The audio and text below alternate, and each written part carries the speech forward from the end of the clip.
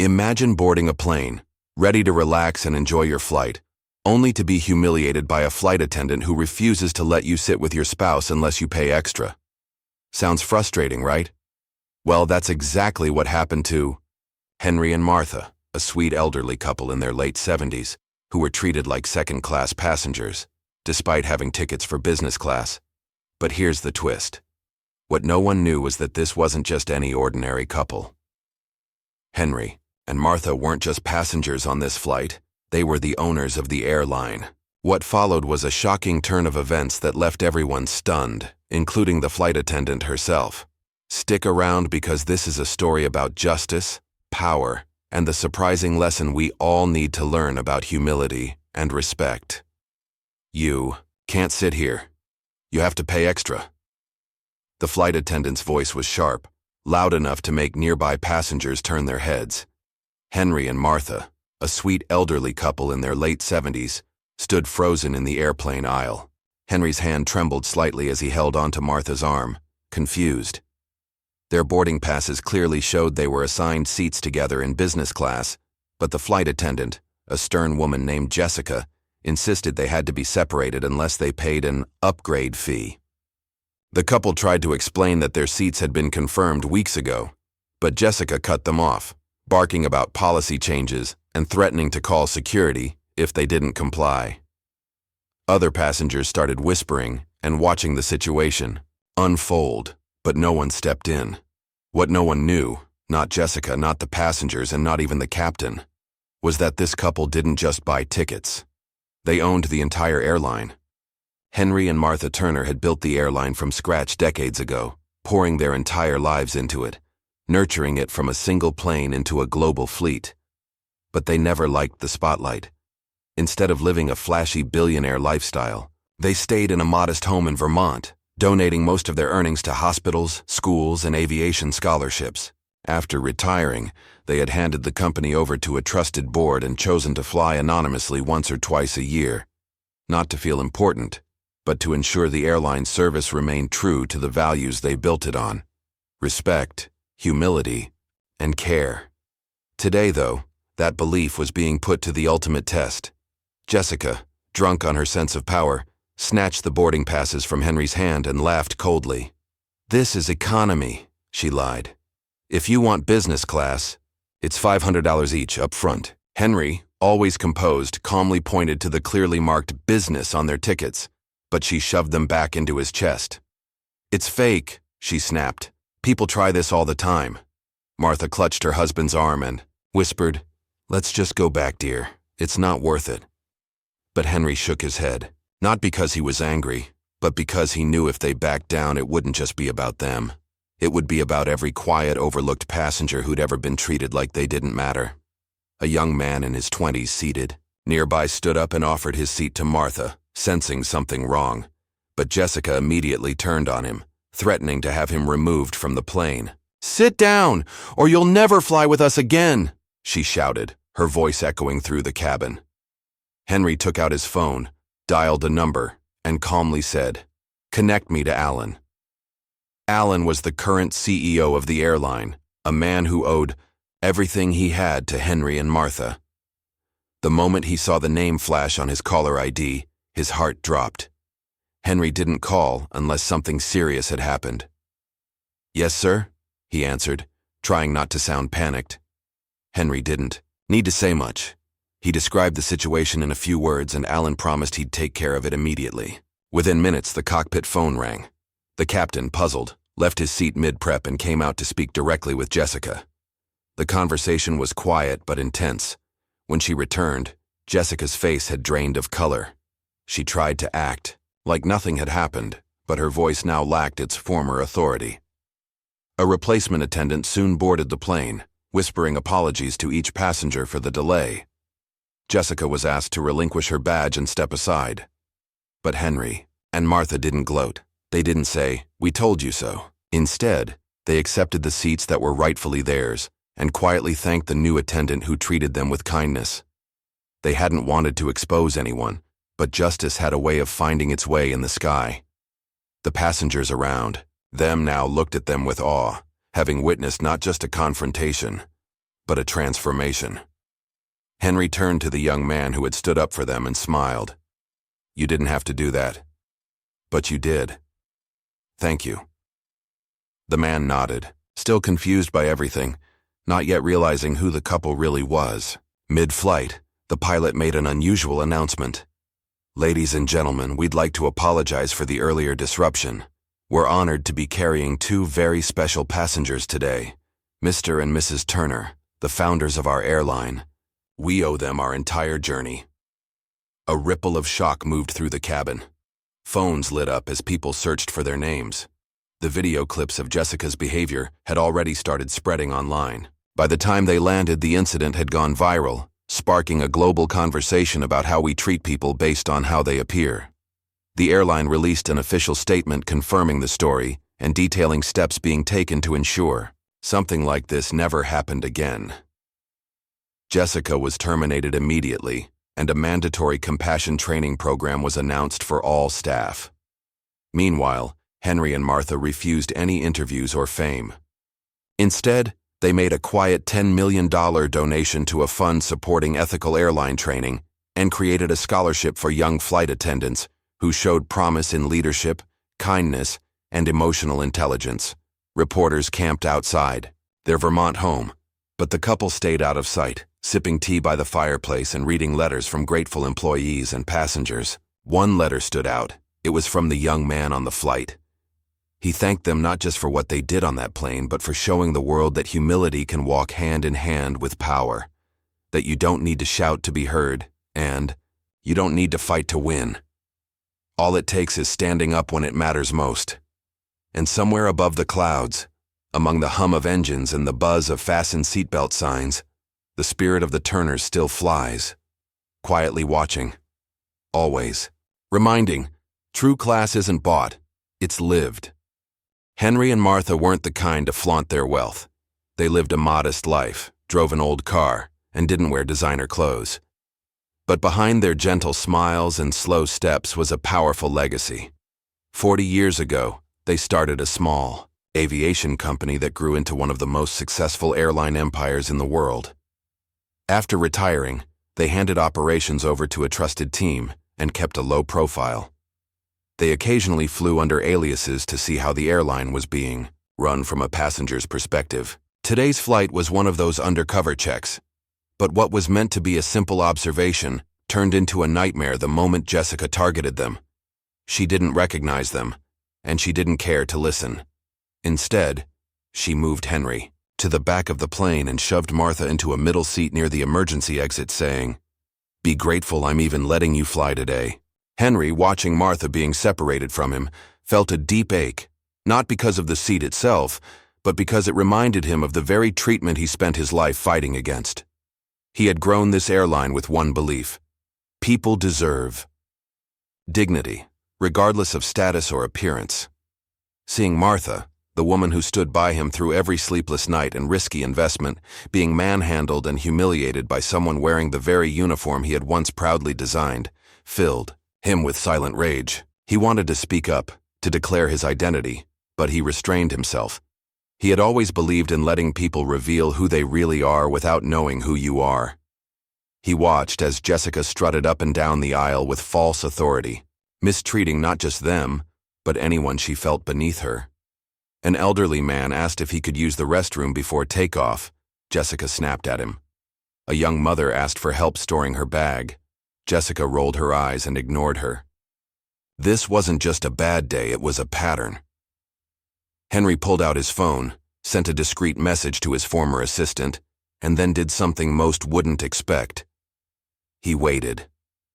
Quietly. Silently. Observing. While Martha sat uncomfortable and trembling between two strangers who tried their best to comfort her, Henry sat alone in the back, surrounded by the noise of the engine and the cold air vent above. But beneath his calm exterior, he was making mental notes of everything: the condition of the plane, the behavior of the crew, the state of the service, and most of all, the absolute lack of empathy. Mid-flight, Jessica made things worse.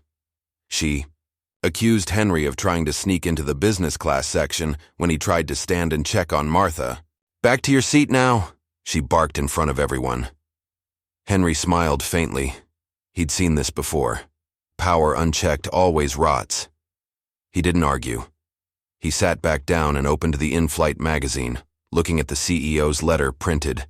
On the first page, it began with, "Our airline was founded on one principle, people first." The irony made him sigh.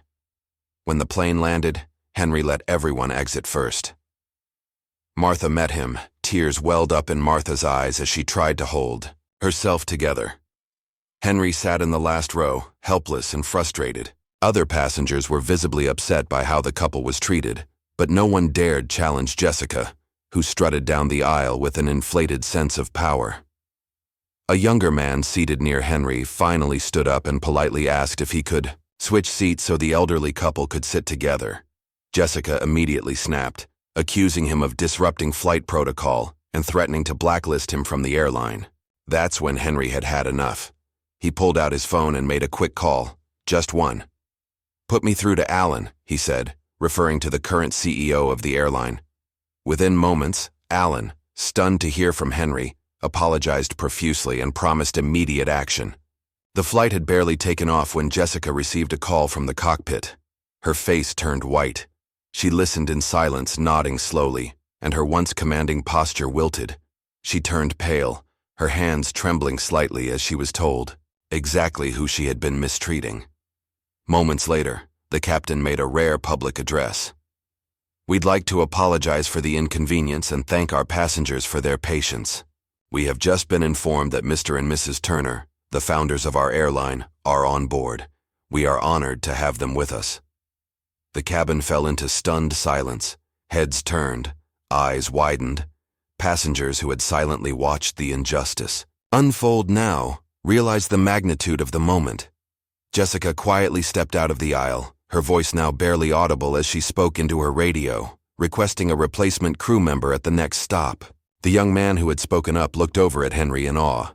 Henry smiled kindly and said, "Thank you for standing up even when you didn't have to." The rest of the flight was a stark contrast to its beginning. Jessica was promptly removed. When the flight landed for a scheduled stop, escorted out without fanfare, a new attendant stepped in, visibly nervous but far more respectful.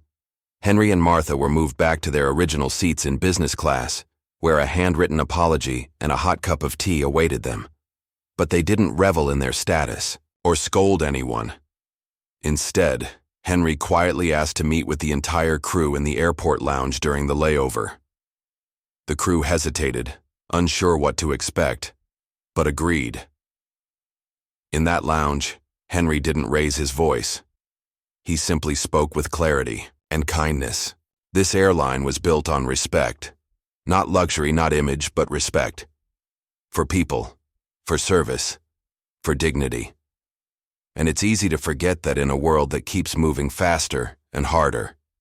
But if we forget that, we lose everything we built. Some crew members nodded, others looked down ashamed. Jessica was already gone, but the message reached far beyond her. Word spread throughout the company like wildfire. Videos from the flight leaked, and within 24 hours, the story was everywhere. News outlets, social media, blogs, all echoing one message. Never underestimate the quiet ones.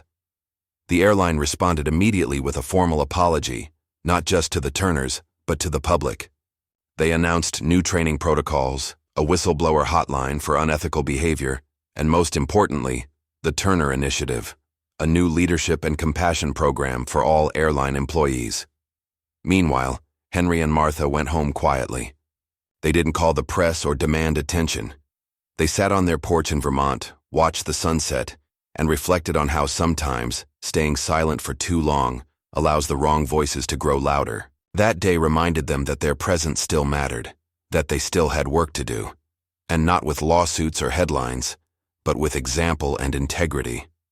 A few days later, the young man who stood up for them received a handwritten letter from the Turners, along with a scholarship offer to study aviation leadership. He was speechless. In an interview later, he said, "I didn't know who they were. I just knew something wasn't right. I never thought kindness would lead to something like this." but it did. Because when power is used quietly, wisely, and kindly, it echoes louder than any threat or title. The Turners didn't just correct an injustice that day, they rekindled a culture, one flight at a time. The captain walked out of the cockpit and approached Jessica. "I need to speak with you, now," he said sternly. She followed him reluctantly, thinking it was a routine issue. But when she returned minutes later, her demeanor had completely changed. Her confident posture was gone, and she avoided eye contact with everyone. The passengers were buzzing with curiosity. Moments later, a new flight attendant, flown in from the previous stop, approached Henry and Martha with the utmost respect. "Mr. and Mrs. Turner," she said softly, "please allow us to move you to the executive suite." The entire cabin gasped. Jessica was quietly escorted to the back, no longer in uniform. A formal apology was made over the speaker, and the captain explained there had been a grave mistake. As Henry and Martha were settled into luxurious reclining seats, every passenger realized they had just witnessed something unforgettable: the quiet power of humility and grace. There was no gloating, no dramatic speech, just the serene poise of two people who had weathered much more in life than an unpleasant flight. Henry reached over and held Martha's hand, gently squeezing it as she gave him a small smile, her eyes still damp from earlier. The transformation in the cabin was almost immediate.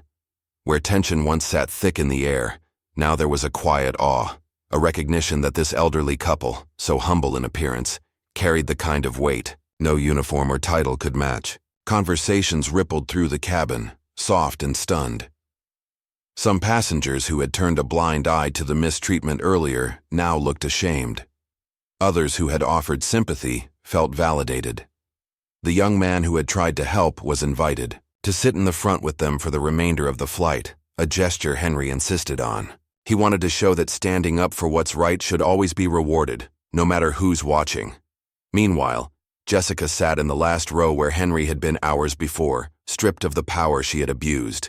She stared ahead, her mind likely racing with regret, not just for what she had done, but for how quickly her assumptions had unraveled. She had mistaken quiet for weak, modesty for insignificance. And now she was learning the most powerful lesson of her life. True, authority doesn't shout, it simply is. The flight continued smoothly, and as it neared its destination, the captain made one final announcement. "We would like to thank Mr. and Mrs. Turner for their lifelong contributions to aviation. This airline exists because of their vision, and today we were reminded of the values they founded it on. Let this flight be a lesson to all of us, not just about service, but about character." Applause broke out. Not forced, not polite, but genuine. It wasn't just about what had happened to the Turners, but what it revealed about the state of things, how easy it is for people in power to forget why they serve, and how essential it is for those in charge to still walk among those they serve. When the plane landed, Henry and Martha exited quietly, escorted only by a few respectful attendants and the young man who had stood by them. Reporters swarmed outside the gate, tipped off by the viral videos that had already begun circulating. But the Turners made no statements. They simply smiled, nodded, and disappeared into a waiting car. In the days that followed, the story dominated headlines. Jessica was officially dismissed, the airline issued a full public apology, and the Turner Protocol was introduced, a mandatory retraining for all airline staff focused on compassion, ethics, and service culture. But more than policy changes, it sparked a conversation around the world. Passengers began sharing their own stories of being dismissed, judged, or mistreated. Airlines started revisiting their training manuals. And that young man? He was offered a full scholarship to pursue a career in aviation, funded anonymously, though everyone knew exactly who was behind it. Henry and Martha returned home to their quiet life in Vermont, watching the events unfold not with pride, but with hope. They hadn't wanted attention. They hadn't sought revenge. They had simply wanted to make sure that the company they had poured their lives into still carried the heart they had given it. Sitting together on their porch, Martha turned to Henry and said, "Do you think it made a difference?" Henry smiled, watching a small plane glide across the sky above. Maybe not to the whole world, he said, but maybe to the next passenger who's told they're not good enough. Maybe to the next flight attendant who chooses kindness over ego. That's enough for me. And so, their legacy didn't just live in planes or business records, but in every quiet choice to do what's right. Because sometimes, the most powerful change doesn't come from headlines or commands. It comes from two quiet hands, holding each other, never letting go of what they believe in, even 35,000 feet above the ground. The story didn't end there. When the flight landed, reporters were waiting. Word had spread fast. Passengers had recorded the incident, and videos were going viral. The airline released an official statement revealing the truth. Henry and Martha Turner, the elderly couple humiliated on Flight 764, were in fact the original founders of the airline. Jessica was immediately terminated, and the company promised to retrain all cabin crew with a stronger emphasis on compassion and dignity. But Henry and Martha didn't ask for fame or revenge. Instead, they quietly donated $5 million to a charity, supporting respectful treatment of the elderly in public services. When asked by a reporter why they didn't announce who they were from the start, Henry simply said, "You see a person's true character not when they know who you are, but when they think you're no one." That line echoed across social media, sparking conversations worldwide. What started as a flight of humiliation became a story of justice, humility, and a reminder that kindness should never depend on appearances. The internet exploded with hashtags like "Be Kind Always" and "Turner Truth," and millions of people began sharing their own stories, of elderly parents ignored at hospitals, of quiet customers dismissed at restaurants, of ordinary people overlooked, simply because they didn't look important. And as those stories poured in, companies started paying attention. Some rewrote their customer service training. Others began programs inspired by the Turner Initiative. Airlines, hotels, even banks began issuing internal memos reminding employees that every interaction could define their brand. And somewhere behind it all, Henry and Martha kept quiet. They didn't seek interviews. They didn't publish a book or sell the movie rights. They returned to their Vermont home, planted new flowers in their garden, and watched the world change from their porch swing. The only sign that anything was different was the occasional handwritten letter from strangers thanking them for reminding the world how to care again. And every so often, a child would write, "I want to be like you. When I grow up kind, strong, and brave." Well, there you have it. Henry and Martha's story is a powerful reminder that kindness and respect should never be determined by someone's appearance or status. What started as a moment of humiliation turned into a lesson in humility, and it's something we can all learn from. It's easy to forget how our actions affect others, but moments like these show us the true value of treating everyone with dignity, no matter who they are. If you were as moved by this story as I was, make sure you hit that subscribe button and turn on notifications so you don't miss any of our upcoming stories. There are so many more incredible tales of justice, kindness, and the surprising twists that life throws at us. Thanks for watching, and I'll see you in the next video.